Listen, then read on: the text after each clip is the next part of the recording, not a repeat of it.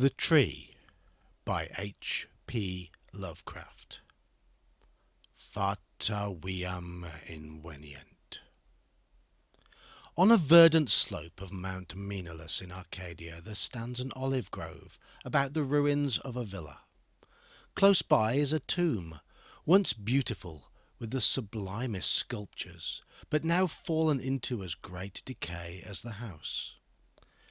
At one end of that tomb, its curious roots displacing the time-stained blocks of Pentelic marble, grows an unnaturally large olive tree of oddly repellent shape, so like to some grotesque man, or death-distorted body of a man, that the country folk fear to pass it at night when the moon shines faintly through the crooked boughs. Mount Menelus is a chosen haunt of dreaded Pan, whose queer companions are many, and simple swains believe that the tree must have some hideous kinship to these weird Paniski. But an old beekeeper who lives in the neighbouring cottage told me a different story. Many years ago, when the hillside villa was new and resplendent, there dwelt within it the two sculptors, Kalos and Mucides. From Lydia to Neapolis, the beauty of their work was praised, and none dared say that one excelled the other in skill. The Hermes of Kalos stood in a marble shrine in Corinth, and the Pallas of Mucides surmounted a pillar in Athens, near the Parthenon. All men paid homage to Kalos and Mucides, and marvelled that no shadow of artistic jealousy cooled the warmth of their brotherly friendship. But though Kalos and Mucides dwelt in unbroken harmony, their natures were not alike. Whilst Mucides revelled by night amidst the urban gaieties of Tegea, Kalos would remain at home, stealing away from the sight of his slaves into the cool recesses of the olive grove. There he would meditate upon the visions that filled his mind, and there devise the forms of beauty which later became immortal in breathing marble. Idle folk, indeed, said that Kalos conversed with the spirits of the grove, and that his statues were but images of the fauns and dryads he met there, for he patterned his work after no living model. So famous were Kalos and Mucides that none wondered when the tyrant of Syracuse sent to them deputies to speak of the costly statue of Tyche which he had planned for his city. Of great size and cunning workmanship must the statue be, for it was to form a wonder of nations and a goal of travellers.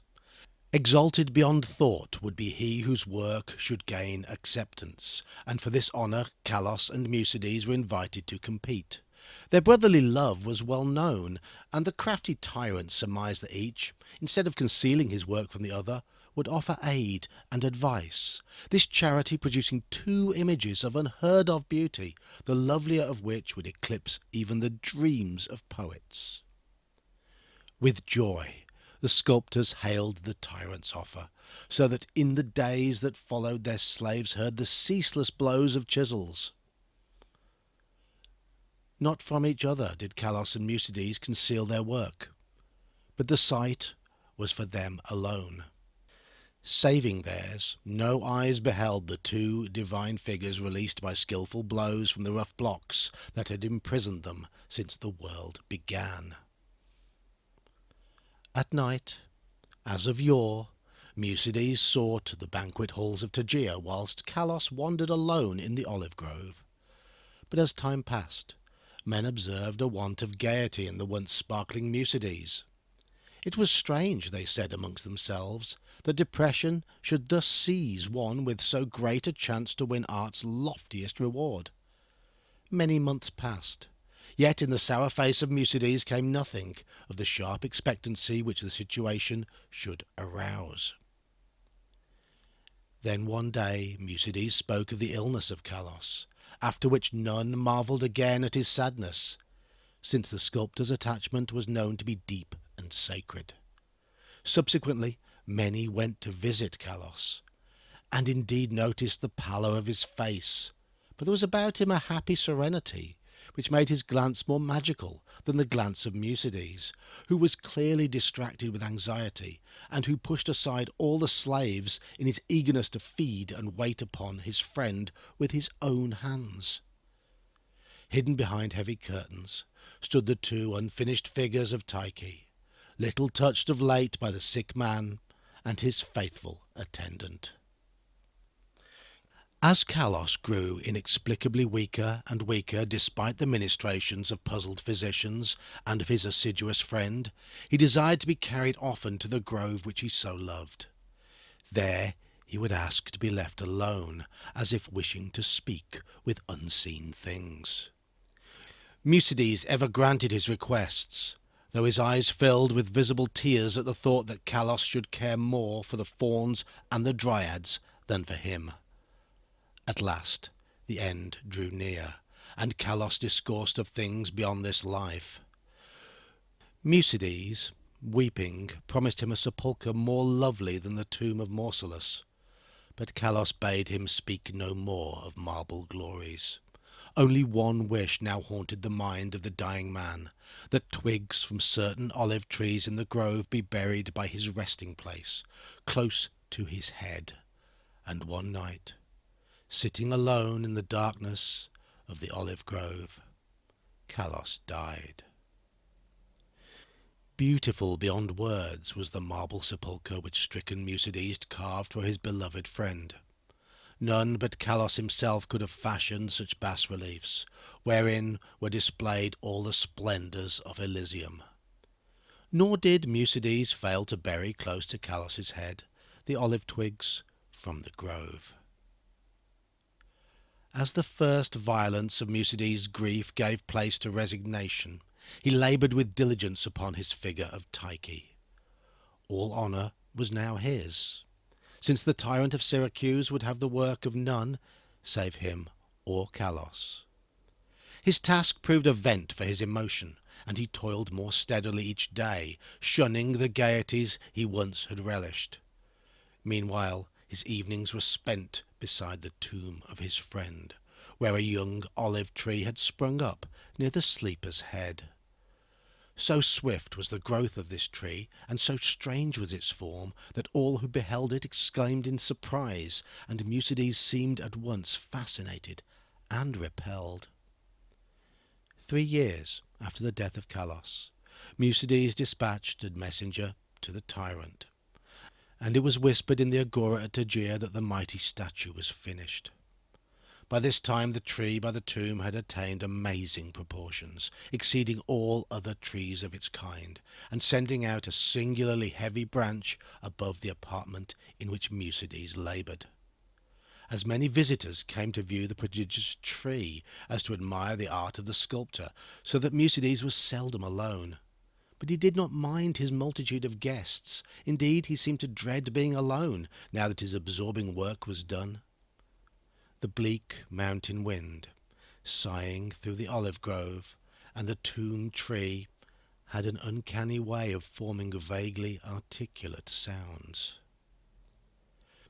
The sky was dark on the evening that the tyrant's emissaries came to Tegea. It was definitely known that they had come to bear away the great image of Tyche, and bring eternal honour to Mucides, so their reception by the proxenoi was of great warmth. As the night wore on, a violent storm of wind broke over the crest of Menelaus, and the men from far Syracuse were glad that they had rested snugly in the town. They talked of their illustrious tyrant, and of the splendour of his capital, and exulted in the glory of the statue which Mucides had wrought for them. And then the men of Tegea spoke of the goodness of Mucides, and of his heavy grief for his friend, and how not even the coming laurels of art could console him in the absence of Kalos, who might have worn those laurels instead.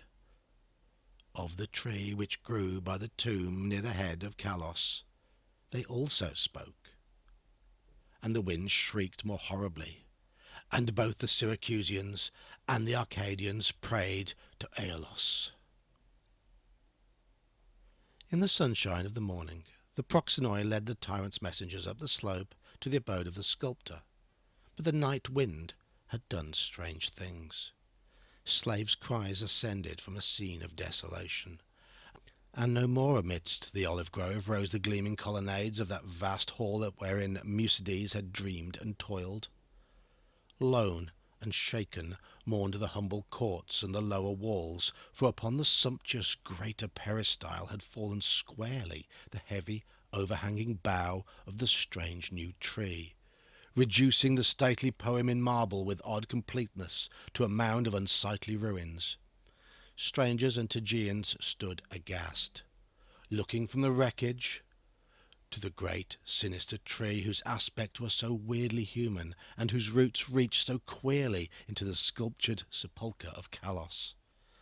And their fear and dismay increased when they searched the fallen apartment, for of the gentle Musides and of the marvellously fashioned image of Tyche no trace could be discovered.